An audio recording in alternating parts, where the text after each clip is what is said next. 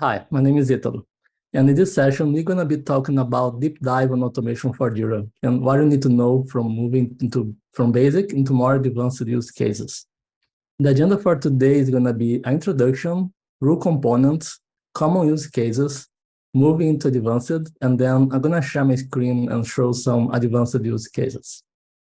This is a quick introduction to automation for Jira. So if you are new to automation for Jira, those are the 4 items you need to know. First, automation for Jira is a no-code solution, which means you don't need to be a developer in order to create your own automations. It also saves times. Once you have the automations in place, it can help you with the tedious tasks. It is a native feature in both cloud and data center, and also is very easy to maintain once you have it done. Onboarding new users to help you out shouldn't be an issue because it's very straightforward to understand what the automations are doing. This slide has a timeline for automation for Jira, and it's very interesting to understand how it started. So it was back to 2016, CodeBearer launched automation for Jira as an app in the marketplace. And 3 years later, Atlassian acquired that plugin and make it native in the cloud in the next year. 2021, Atlassian made a lot of new improvements and new features. And in the last year, it promotes to data center. And if you have data center 9 version or plus, it should be bundled in available for your environment. A quick overview of automation for Jira here. So automation for Jira works with rules, and there are 3 main components in each rule that we need to understand to use the automation for Jira. The first one is triggers, then conditions and actions. And I'm going to cover each of one in the next following slides. The trigger is what initiates an automation. So it can be an issue create event or issue comment, issue transition. So it's essentially an event that happens in the application. And once the event happens, your automation is going to run. It's important to keep in mind that it's only going to run the events that have the scope of the rule. So if the scope is valid, then the trigger is going to be used. The second component rule is the conditions. And here we define what are the conditions to continue or stop the rule. So in here, we can say, I just want to proceed if my issue type equals bug, or if some custom field matches a value that you need. Also, it's important here to understand that the first condition that fails is stop the rule. So if you need to have an if and else block, there is an option, there is an if and else, and then you can build your logic using that condition. Otherwise, if the condition fails, the automation will not proceed. And finally, we have actions. So the actions is the way you use to integrate, to perform actions in Jira. So it can be create a new Jira issue or modify an existing issue, add a comment, or even integrate with some external application, which are going to be some examples we're going to show in the following slides. So I'm going to share 3 common use cases of automation for Jira, and then later how we can move into more advanced. So here we have the first use case is help with manual everyday tasks. And let's check this rule. So this rule have a issue transitional trigger, which means whenever an issue is transition, this rule gonna execute. Then we have a condition saying status equals done. So every issue that doesn't match this criteria is gonna stop the rule, and the one that matches, we're gonna proceed with the rule. Then we have a branch, which is like a loop, and gonna iterate for all subtasks of the issue. And then for each subtask, it's gonna check the status is not equals done. And that's true, then another action transition the issue to done. So essentially what it's doing is whenever you close an issue, it checks for all subtasks that are not done and close it for you. Another example here is to keep the team up to date. So in here we have a different trigger, which is a schedule trigger, where we can add a JQL, a query that's going to run in a frequency that we define. In this case, the frequency is every 2 hours, and we're looking for issues that are going to be due in the next following day. So for all issues that match this criteria, we're going to send with an action, send email to the assignee, alerting them that the issue is going to be due in the next day. And the third common use case here is to integrate Jira with Slack. So we again are using the schedule trigger, and the frequency here is every day. We are using an action called lookup issue that allows us to do a query in Jira and store the results into a smart values. We're going to cover smart value in a bit, and then use these smart values to the following action to send a Slack message with the data we want. So this is a quick and easy way to send a message into Slack every day with the items that are in the backlog status. So now we're going to check what you need to learn to move into more advanced use cases. And from our experience, we consider these three main areas to learn, and it's going to allow you to improve and to go to the next level of automation. So the first thing is smart values, then branches, and then web requests. So let's understand more about smart values. Smart values allow you to access data from Jira within your automation rule. So in this case, if you need to fetch the data, imagine the issue key or the summary, you can use this syntax here using these two brackets, issue dot and the value you are looking for. So this is going to return the issue key in this example, or issue summary, description, even dates or custom fields you can access using this syntax. But that's only the beginning. We can do a lot more, such as we're going to show here. So manipulate text fields is something we can do. So there are some cases we need to lowercase the summary, and this is possible using some function called toLowercase. Sometimes you need to find replace a word. There is a replace function that you can call. And also it's possible to retrieve the length of a string, such as issue summary length, and encode the text to HTML or JSON sometimes. And in this case, you have a function called URL encode. So you can see an example here. The hello world going to be encoded into hello and HTML version. It's also possible to manipulate dates and time. So here we have three examples where we can set a field using the issue created plus 14 days in the future and return the new date based on the issue created. So the function we can use is plus days. There are some other cases that we need to skip the weekends, and we call it business days. So we have another function called plus business days, and this will return the create date plus 14 days, skipping the weekends. And the last example here is you can check the difference between two dates and return that as days, weeks, or months. And so here we have now, that is the smart values for today, div, which will check the difference between two dates, passing issue dot created. And then last bit is dot weeks, which will convert the difference in weeks basis. And finally, the last thing, we can do math expressions. So imagine we need to retrieve the issue stories and then multiply that by 2. You can use this syntax, it's a little different.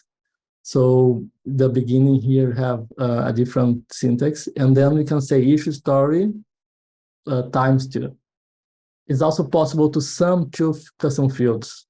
In this case here, we have issue.storypoints, calling the function plus, and passing as argument the issue.subtask.size. We are summing story points with the amount of subtasks that we have. It's also possible to present a field as percentage. Imagine you want to show, in this case, I'm using story points, but it could be any field, and it will gonna convert to the percentage version. And also it's possible to sum field from all the subtasks. This is a little more advanced. And in this case, we have the issue of subtasks, a custom field that is called size, and summing all the sizes of all the subtasks. It's kind of doing a looping for us. Now we need to understand a little more about branches. There are two types of branches available in automation. The first one is the advanced branch, and the second is branch rule related issues. The main difference here is the first one we can use to iterate smart values lists, and the second, it allows us to iterate issues, objects. The second one is a little bit more common than the first, and that's why we decided to explain that first. So whenever you select the branch rule related issue, you're gonna see the type of related issue you are looking for. In this case, we have all the subtasks, but it could be all the issue linked, and then you can define what the link type you want to check, or even a custom JQL, which we're gonna show in the demo. So it's important to understand this is a loop, and for all subtasks, the action gonna be executed. In this case, the action we are adding into the audit log a value of the issue key, and then we can troubleshoot and test our rule. The second, advanced branching, as I mentioned, this can be used to pass using smart values any list. In this case, I'm using the versions. So for all versions of the issue, I'm gonna do a loop and perform some action. And I can access the version using this variable name, and then I can use to my action as I need. This can be very useful if you need to integrate with some extra application and pass the version to that application.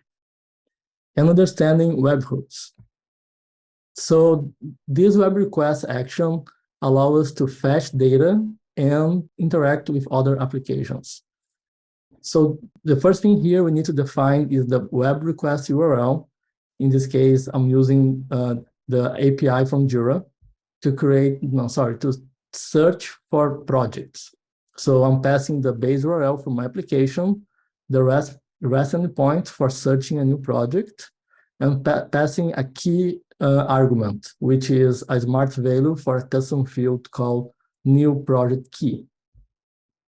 And once we define the URL, which we can use the smart values, we need to pass the headers. Sometimes our application needs to have an authorization, and we recommend to make it hidden and private. So whenever other people are looking the rule, they will not be able to see the authorization. You can have as many headers as needed. Just in this case, I'm using only one. Then we define the HTTP methods. It can be a get, post, delete, create. So there is many HTTP methods available. And finally, we add the web request body, which in this case is empty. I'm doing just a get. But in my next example, I'm going to have a couple more complex request body. Once we define everything, we can decide if you want to wait for the response and then use this response in the remaining part of your rule. So if that returns some error, you can treat this error as part of your automation. This is a second web request example where I'm creating a new project using a little different URL here. I'm passing the same authorization. My HTTP method is a post, and I'm using a custom data request body. So in my custom data here, I'm passing a valid JSON, and I'm providing and fulfilling some parts here using the issue value. So the key of the project gonna be a smart value called issue.newProjectKey. This is the name of my project. I have the name, it's gonna be the issue summary, the description, and so every data that is required to create a new project. And the same, I'm waiting for the response to check in my rule later and see if the creation was successful or not. So now I'd like to share my screen and show you a couple examples. This is my demo environment, and I have few rules that I would like to check, and those 4 are the same business requirement, and I'm gonna go in more details in a bit. The first one It's a rule that we did for a customer that were migrating from server to cloud, and they had a feature that was not available in the cloud yet. It was a marketplace app. So in this rule is basically copying a value that from a field called specification from the hierarchy of initiative into the lower levels. And I'd like to go and show you the rule itself. The trigger is field value changed. So whenever the specification field changes, this rule gonna be triggered. Then we have a condition checking if the issue type is equals the initiative, which is our higher level of the hierarchy. Then we have a branching for using the JQL option, and we are passing advanced JQL here. So we are using this portfolio child issue off, which is a function available for premium subscriptions, which allow us to pass the initiative key and then return all the issues from that initiative. And then we are excluding the issues that are not subtasks. For all issues that return for this branch, we're gonna have an action to update the issue and set the specification copying from the trigger issue, which is the initiative. And I'd like to do a quick example here and show this rule executing. So I'm gonna open here a initiative. This is the highest level, and I'm gonna change the specification to V3. So by doing this change, I expect all my child issues to copy this value and also the stories from that epics as well. We can go into the audit log and see that the rule just ran successful. We can see all the issues related to that branch. And just to do a quick check, I can go to the issue and see in the history that this just changed from V2 to V3. And the same happened for the child of that issue. My second automation here that I'd like to show is the weekly report, which was also from a customer that was migrating from server to cloud. And they had an app that sent every week for the customer a table with all the issues and its status. For this customer, we decided to migrate using automation for Jira. And I'm gonna show you how we did it. So the trigger now is a scheduled trigger where we can say we want to run this rule every week on Wednesday and define the time that the rule is going to be executed. Then we use the lookup issue to search for all issues that we want to send in the email. We are using the same function, the portfolio child issues of, and passing the initiative we need to share with the customer. And finally, we have the send email, which we can define who's going to receive the email, the subject, and the content. We can pass HTML combined with the smart values to provide a table with the end results we need. So we are using these lookup issues, and using this hashtag allow us to iterate the lookup issues, and for each issue we add a new part of the HTML. So I'm gonna run this rule manually. Just let's see in the audit log, it is in progress. Okay, success. And I would like to show you. So this is the results once we run. So it returns, we have like 15 issues, and we have the table that we just defined. Since we are using HTML, it's possible also to add some branding to the customer, maybe some footer or some header. And yeah, it's very open to what's possible using HTML. The last item that I would like to show is this use case that we have for creating new projects in a self-service way. So I think it's the best way is to show the functionality and then going explaining the automation.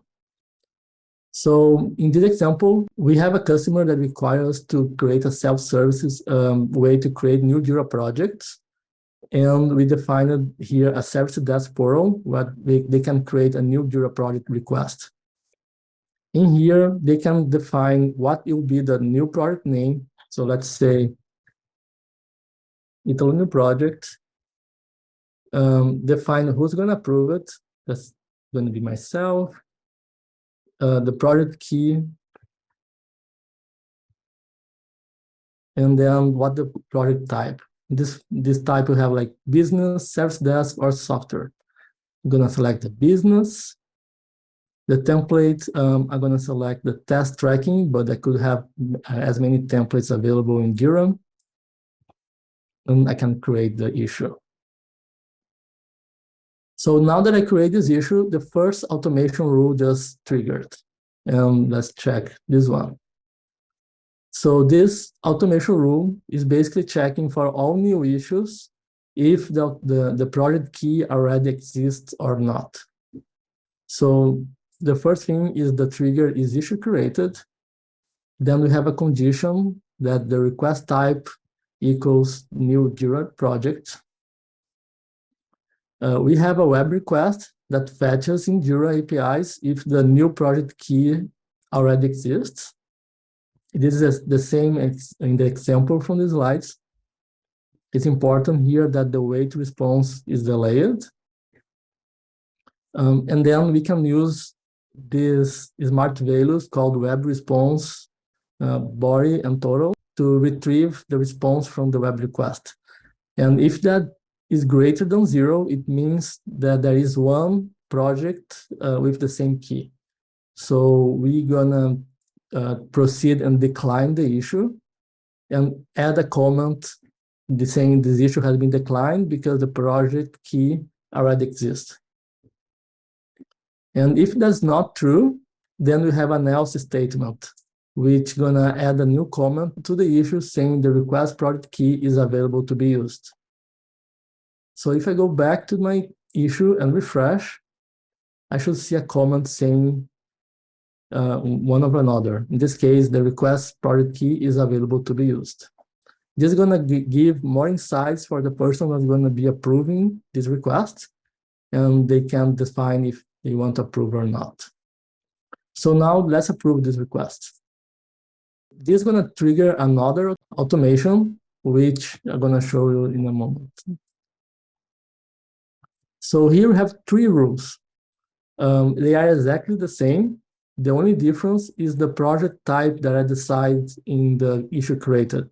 Instead of having one big rule, I decided to break that down in 3 different rules.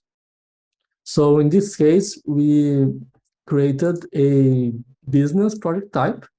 And for this reason, we're going to check the first rule here. So this rule is basically the rule that's going to create the project for us. So the trigger is approval completed. So whenever we approve or decline a request, it's going to be triggered. There is a condition saying the request type must be equals new Jira project. Then we check the project type key is equal business. And if that's true, we're going to create the project. The web request URL here is a little different. This is the URL for create a new project. We are passing an authorization, which is hidden. We are using the post and custom data, where we provide all the data required to create a new project. And also, we are delaying the execution so we can do something after using the response of this post query.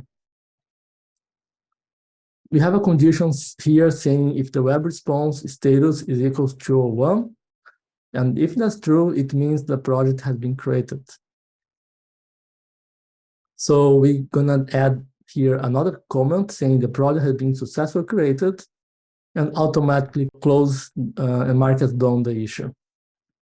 So if you go to the issue again and refresh, we should see the issue marked as done, and we can see the comment here that the project has been successfully created. So just let's check if the project is here in the list. So here it is, Italo QJ, and is already available to be used. All the other automations here are exactly the same. They just changed that field for the software and service desk. One tip that I can provide here is also using labels. As you can see here, I'm using the unleashed label for all my rules instead of having all my rules in the list. So it's very easy to organize and having labels for this. Another way you can learn more about automation is using the automation playground available by Atlassian. Here you're gonna find many automations examples. Also, they use labels here to organize their automations, and they're from basic into more advanced cases in here. I provided a QR code, so if you want, just scan it and you go directly for these examples. I hope this video has been helpful for you, and if you have any questions, feel free to contact us. Thanks for watching.